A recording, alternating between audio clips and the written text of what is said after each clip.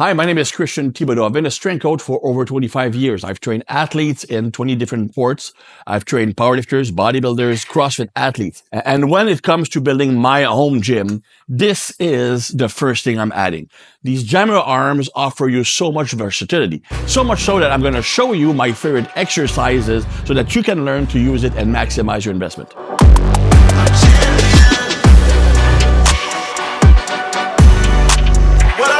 What I want to introduce today is the lever arms by Iron Bull Strength. Now, when I receive questions on social media, on whatever, right? One of the questions I get the most is, well, I bought your program. Can it be done in a home gym? The problem is that my answer is mostly no, because, well, I do use some machines in my training because I believe that machines do have their place in training. But now, with these babies, the answer is yes, because these can duplicate a lot of machine exercise with the same quality. Now, I've seen lever arms before, I've bought lever arms before, and these are special because they are a lot more adjustable and they're lighter. I've bought some that are so heavy that I just stopped using them because it's just too cumbersome to move away. These are much lighter and much easier to move around. But more importantly, there are so many degrees of adjustability. It's like an engineering masterpiece, right? First of all, you can set the starting position here because you don't want to always want to bring the bar up and here. You can actually start it up, down. So that's one setting. Here, that's to me is the key thing. Most lever arms I've seen only move up or down. These can move out and in. And you can either fix it in a certain position here. So you can fix it in the position, which is going to give you a nice pressing movement, or you can actually make it free and it essentially becomes almost exactly like a free weight.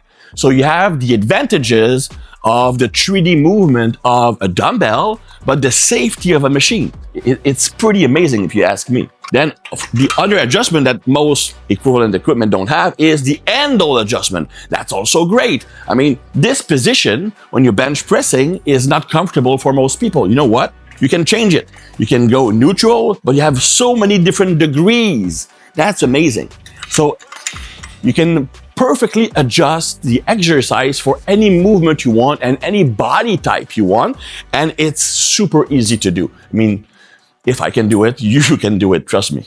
Our first exercise today is the good old bench press. Now, you actually have several options because of how great these lever arms are. You can actually keep it fixed like that, so you're going to move only up and down, which would actually simulate like a regular bench press where when you're pressing, your arms stay in the same position. Or if you remove the clip here, you can actually move up or down, and that becomes like a dumbbell bench press because you have the freedom of movement. That's going to be more effective and also safer on the shoulders, okay? Or you can decide to simulate a machine chest press that is converging. The best chest press machine don't press straight forward. That will, I would say, include the pectorals half as much as when you have a converging chest press. So you can set it up so that it's inward when you're pressing. So now it's fixed, but because it's aimed inward, it's going to have the same effect as a converging chest press machine. So you literally have three options only for the bench press. You can copy a regular bench press. You can use to simulate a dumbbell press or a converging chest press machine. Now, next up is the incline bench. On the incline bench, you also have several options depending on what you want to train. Okay. If you want to focus mostly on the pectorals, you want to use an angle that is between 15 and 30 degrees. Okay.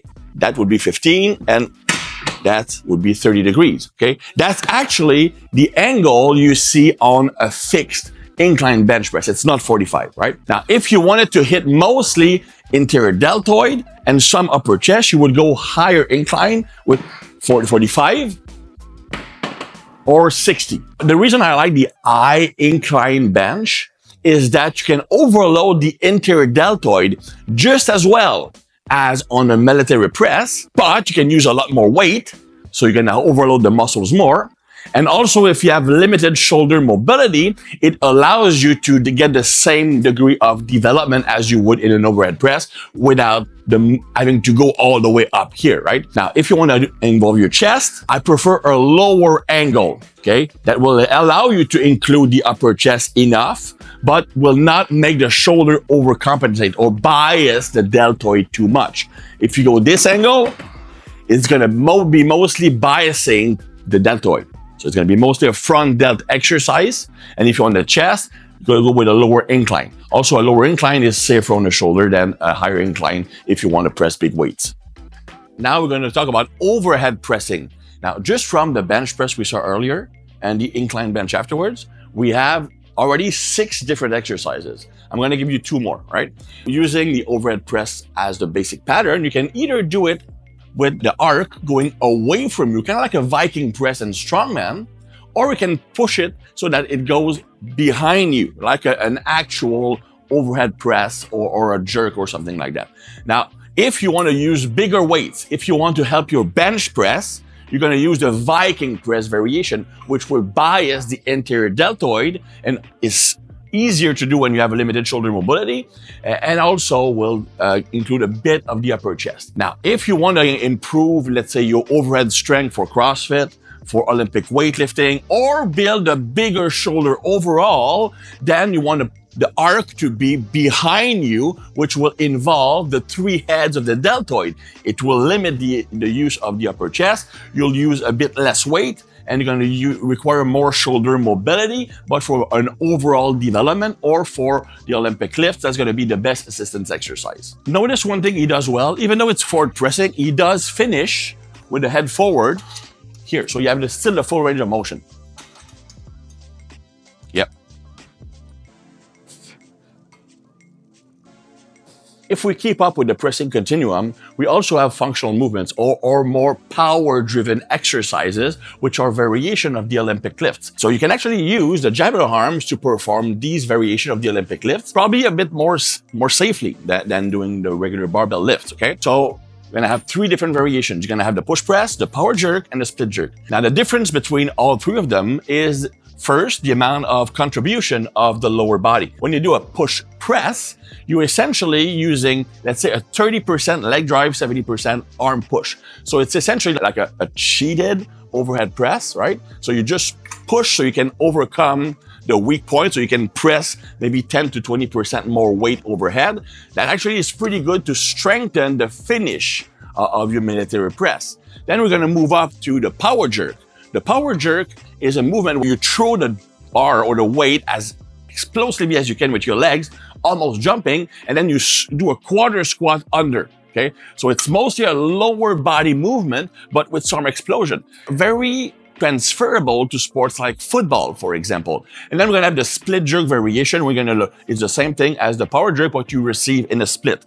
That would be used mostly if you want to improve the Olympic lifts. The reason why I would do this for an Olympic lifter to practice a split jerk is because the biggest problem I see with the split jerk, especially in CrossFit circles, is when they're jerking, they're pushing the bar in front of them and then trying to move under, and they catch it something like this. Like, it's super bad for the back. Here, because of the backward arc, automatically you learn the proper path of the jerk.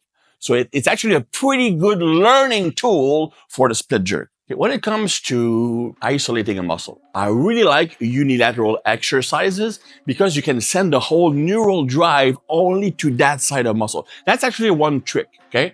If you have one lagging muscle group, train it unilaterally for a while, because the more neural drive you can send to a muscle, the more easily you recruit the fast twitch fibers. The more you recruit the fast twitch fibers, the easier it is to grow that muscle, right? So if you have problems training a muscle, it's because, well, maybe the neural drive is divided over several muscle groups, either to keep your balance, or maybe several muscles are contributing to movements, or you're using both sides. So if you train one side at a time, it allows you to send 100% of that neural drive to that muscle. It makes it a lot easier to recruit and really stimulate muscle. Here I'm going to demonstrate a lateral raise using the lever arms, okay? What you don't want to be in a strictly like You could go here, but that's going to work only one part of the deltoid. What I like to do is use more of what's called a scapular plane. Instead of having the arm moving to your side, you want it slightly in front, right? So what I'm doing is I'm going to twist slightly like this. I'm going to hold on to the post for support. The more stable I am, the easier it is to target that muscle, right? I'm going to go here. I'm going to adjust myself, better position here. And you go up, up, up. What you want to think about lifting the elbow. Don't think about lifting the handle. I see a lot of people, they go here and the arm go flying up, but you want to drive with the elbow up. Drive with the elbow up. Drive with the elbow up, right? That makes the movement super effective. That is probably my favorite exercise to build the shoulders. If you want to build your yoke, the whole shoulder area, traps, upper back, rear delt, and look as strong as a bull, one great exercise is the face pull, also amazing for shoulder health. If you want to bench press big weights, you need to be strong on that movement to avoid shoulder injury down the road, right? So what we're going to do here is, because we're going to use an inside handle position, we're going to use bands. I'm attaching the bands at the back of the rack. And on the handle here, you can increase the resistance either by using heavier bands or by moving a bit more backwards, okay? We're gonna start kneeling and you're gonna pull to your neck. The key point here is elbows back and high, okay? The elbows need to be at least as high as the shoulders, ideally a bit higher, right? So there's some external rotation at the end. The half kneeling position is so that the weight don't pull you forward, because the banjo will tend to do that. Good. Good. I'm going to show you 3 exercises for back that can be done with basically the same setting. The first 2 are going to be variation of the bent over row, and the last one's going to be a straight arm pull down. Bent over row here, depending on where you position your body, you can make it either a lats dominant exercise or an upper back dominant exercise, okay? And it all depends on the path of the elbow, okay? If your elbow moves toward your hips, it's going to be mostly lats. If your elbow moves mostly back of your body, it's going to be mostly upper back.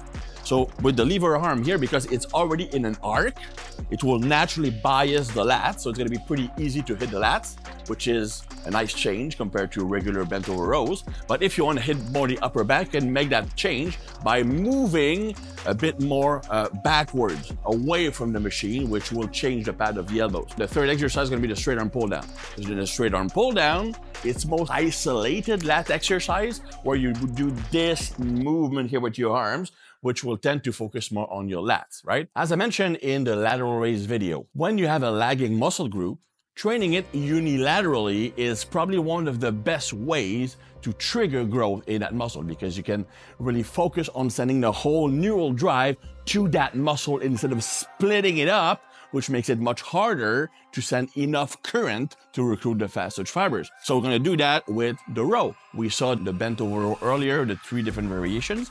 Now we're gonna use the same thing with unilateral variation, okay? So the same rules apply. If the elbow move closer to the hips, it's gonna be mostly lats. If the elbows move more backwards of your body, it's gonna be mostly upper back, okay? You can also play, by the way, with the handle here, okay? If you wanna use a neutral grip, which is gonna be kind of like a dumbbell row, right? If you're gonna use more of a fixed grip like that, it's gonna be more like a barbell, okay? So let's use neutral grip setting. And same thing here. So if I want to target the upper back, I'm gonna be moving further away. So the more elbows back, elbows back, elbows back, okay? You can use the split stance because it's more stable. You can also use your hand for support because it creates more stability. When it comes strictly for hypertrophy, the more stable you are, the more effective the exercise is going to be. For strength, it's different, but for maximizing hypertrophy, you want to be more stable, okay? If you want to use mostly lats, you're going to move further forward, here, here, here. As I like to say, traps are the new abs, right? The traps is the muscle of power, the muscle of intimidation. In fact, there is some research that show that a bigger neck and bigger traps is something that instills a feeling of fear in an opponent. So you really want to build those big traps if you want that yoke powerful look, right? So I like the shrugs here. The reason why I like the lever arm for shrugs is because of the backward arc, okay? The traps is not just a scapular elevator, it's also a scapular retractor. So when you have that slight backward arc, you actually train the trapezius in its fullest function. So it's a lot more effective than just a regular barbell shrug, okay? I like to keep it freestanding, so it's kind of like I'm using dumbbells both at the handle and here to maximize the efficacy of a shrug. Even if the lever arm do provide backward arc, you still want to lean slightly forward to really work on that shoulder retraction function, not just shoulder elevation, right? I'm gonna grab here, find the proper position, and shrug.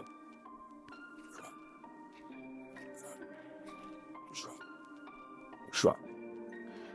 One shrug variation that I like is using a wider grip. It's kind of like a snatch grip shrug. The reason that I like it is because the fibers of the traps are oriented that way, okay, not straight up. So a wider grip, the muscle will actually work in the proper line of pull. So you can use a wider grip and do a shrug like that. So just variation, it's not monstrously more effective, but it's just one more exercise you can do with those lever arms. Those who know my work know that I love the snatch grip high pull because I find it to be an amazing lift to build a whole yoke area, but it's also a low skill explosive movement that gives you the benefits of the Olympic lift without having to learn the full power clean or full power snatch or even the squat variations, right? What I like to do is to use the lever arm here to perform the high pull because it's a bit safer and it also load more a bit in a backward arc, allowing you to target the whole upper back region a bit better than the barbell, okay? What you want to do though is you don't want to pull with your arms first. It's mostly a leg drive exercise. You explode with the hips and legs, that creates the upward momentum, and then you finish the pull rolling to your upper chest or your mid chest, okay?